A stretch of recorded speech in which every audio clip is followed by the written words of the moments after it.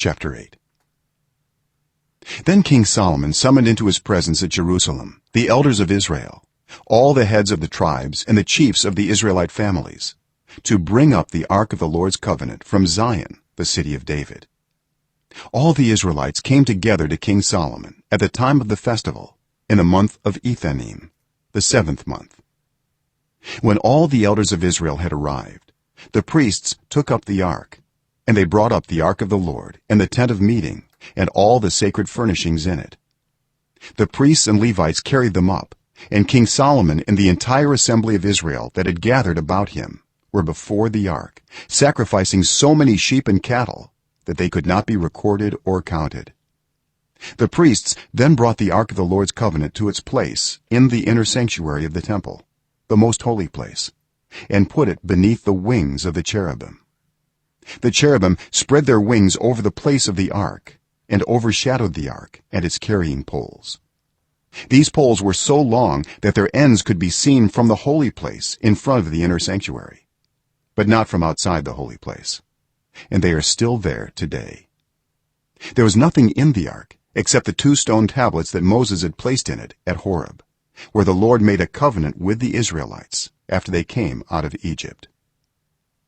When the priests withdrew from the holy place, the cloud filled the temple of the Lord, and the priests could not perform their service because of the cloud, for the glory of the Lord filled his temple.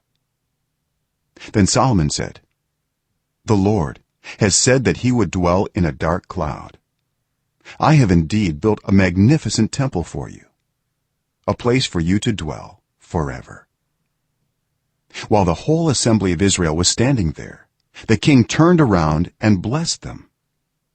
Then he said, "Praise be to the Lord, the God of Israel, who with his own hand has fulfilled what he promised with his own mouth to my father David.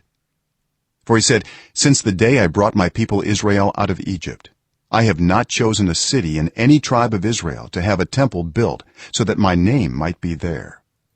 But I have chosen David to rule my people Israel.' My father David had it in his heart to build a temple for the name of the Lord, the God of Israel. But the Lord said to my father David, 'You did well to have it in your heart to build a temple for my name. Nevertheless, you are not the one to build the temple, but your son, your own flesh and blood. He is the one who will build the temple for my name.' The Lord has kept the promise he made. I have succeeded David my father, and now I sit on the throne of Israel, just as the Lord promised, and I have built the temple for the name of the Lord, the God of Israel. I have provided a place there for the ark, in which is the covenant of the Lord that he made with our ancestors when he brought them out of Egypt." Then Solomon stood before the altar of the Lord in front of the whole assembly of Israel, spread out his hands toward heaven, and said, "Lord, the God of Israel, there is no God like you in heaven above or on earth below. You who keep your covenant of love with your servants, who continue wholeheartedly in your way. You have kept your promise to your servant David my father. With your mouth you have promised, and with your hand you have fulfilled it, as it is today. Now, Lord, the God of Israel, keep for your servant David my father the promises you made to him when you said, 'You shall never fail to have a successor to sit before me on the throne of Israel.' If only your descendants are careful in all they do to walk before me faithfully as you have done. And now, God of Israel, let your word that you promised your servant David my father come true." But will God really dwell on earth? The heavens, even the highest heaven, cannot contain you. How much less this temple I have built? Yet give attention to your servant's prayer and his plea for mercy, Lord my God. Hear the cry and the prayer that your servant is praying in your presence this day. May your eyes be open toward this temple night and day, this place of which you said, 'My name shall be there,' so that you will hear the prayer your servant prays toward this place. Hear the supplication of your servant and of your people Israel when they pray toward this place. Hear from heaven your dwelling place. and when you hear, forgive. When anyone wrongs their neighbor and is required to take an oath, and they come and swear the oath before your altar in this temple, then hear from heaven and act. Judge between your servants, condemning the guilty by bringing down on their heads what they have done, and vindicating the innocent by treating them in accordance with their innocence. When your people Israel have been defeated by an enemy because they have sinned against you, and when they turn back to you and give praise to your name, praying and making supplication to you in this temple, then hear from heaven and forgive the sin of your people Israel, and bring them back to the land you gave to their ancestors. When the heavens are shut up and there is no rain because your people have sinned against you, and when they pray toward this place and give praise to your name and turn from their sin because you have afflicted them, then hear from heaven and forgive the sin of your servants, your people Israel. Teach them the right way to live, and send rain on the land you gave your people for an inheritance. When famine or plague comes to the land, or blight or mildew, locusts or grasshoppers, or when an enemy besieges them in any of their cities, whatever disaster or disease may come, and when a prayer or plea is made by anyone among your people Israel, being aware of the afflictions of their own hearts and spreading out their hands toward this temple, then hear from heaven, your dwelling place. Forgive and act. Deal with everyone according to all they do, since you know their hearts, for you alone know every human heart, so that they will fear you all the time they live in the land you gave our ancestors. As for the foreigner who does not belong to your people Israel, but has come from a distant land because of your name, for they will hear of your great name and your mighty hand and your outstretched arm, when they come and pray toward this temple, then hear from heaven, your dwelling place. Do whatever the foreigner asks of you, so that all the peoples of the earth may know your name and fear you, as do your own people Israel, and may know that this house I have built bears your name. When your people go to war against their enemies, wherever you send them, and when they pray to the Lord toward the city you have chosen and the temple I have built for your name, then hear from heaven their prayer and their plea, and uphold their cause.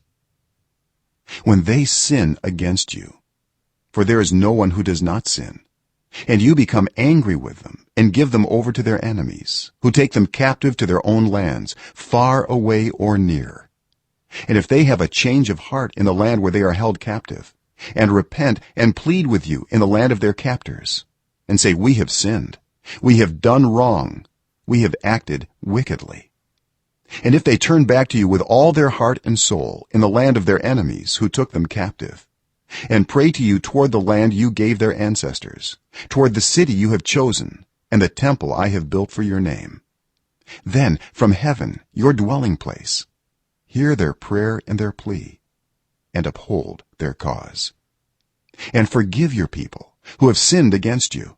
Forgive all the offenses they have committed against you, and cause their captors to show them mercy, for they are your people and your inheritance, whom you brought out of Egypt, out of that iron smelting furnace.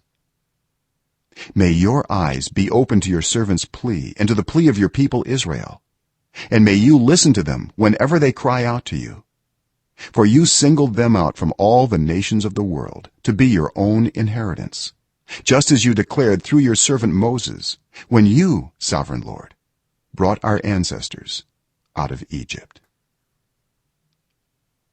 When Solomon had finished all these prayers and supplications to the Lord, he rose from before the altar of the Lord, where he had been kneeling with his hands spread out toward heaven. He stood and blessed the whole assembly of Israel in a loud voice, saying, praise be to the Lord, who has given rest to his people Israel, just as he promised. Not one word has failed of all the good promises he gave through his servant Moses. May the Lord our God be with us as he was with our ancestors. May he never leave us nor forsake us. May he turn our hearts to him, to walk in obedience to him and keep the commands, decrees and laws he gave our ancestors. And may these words of mine, which I have prayed before the Lord, be near to the Lord our God day and night, that he may uphold the cause of his servant and the cause of his people Israel according to each day's need, so that all the peoples of the earth may know that the Lord is God, and that there is no other. And may your hearts be fully committed to the Lord our God, to live by his decrees and obey his commands, as at this time." Then the king and all Israel with him offered sacrifices before the Lord. Solomon offered a sacrifice of fellowship offerings to the Lord, 22,000 cattle and 120,000 sheep and goats. So the king and all the Israelites dedicated the temple of the Lord. On that same day the king consecrated the middle part of the courtyard in front of the temple of the Lord, and there he offered burnt offerings, grain offerings, and the fat of the fellowship offerings, because the bronze altar that stood before the Lord was too small to hold the burnt offerings, the grain offerings, and the fat of the fellowship offerings. So Solomon observed the festival at that time, and all Israel with him, a vast assembly, people from Lebo-Hamath to the Wadi of Egypt. They celebrated it before the Lord our God for 7 days and 7 days more, 14 days in all. On the following day he sent the people away. They blessed the king and then went home, joyful and glad in heart for all the good things the Lord had done for his servant David and his people Israel.